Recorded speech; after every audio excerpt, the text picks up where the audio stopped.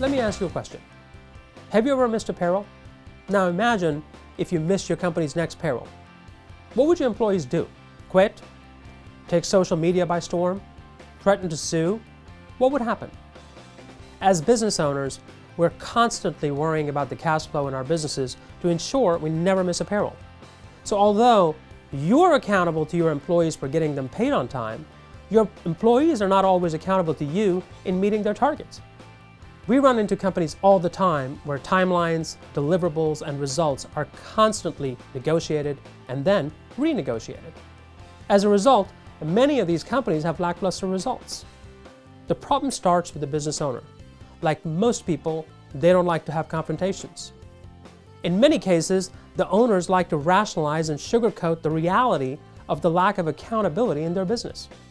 So, what's the fix? How do you create a culture of accountability and take away excuses in your company? For starters, you need to get in touch with why there's a lack of accountability in the first place. Are there certain culture factors at play, like lack of communication, a wishy-washy attitude towards accountability, or perhaps you're an overly accommodating business owner? After you've identified these culture factors, you need to take action to take away excuses. In order to do that, there are 4 things you need to know. First, employees need to be crystal clear on expectations as to what they're supposed to do and not to. To assess your own company, there are several things you should ask yourself about your employees. Do their job descriptions and training match what they're actually supposed to do? Do they understand how they will be evaluated and how feedback will be provided? Do they understand how their work fits into the overall picture of your company? Second, employees need to believe that these expectations are realistic and reasonable. Employees perform so much better if they understand the logic and the rationale for the activities they need to do. It's not enough for the employees to know the what, they also need to know the why behind what they're supposed to do. Third, employees need to believe that positive consequences will follow good performance.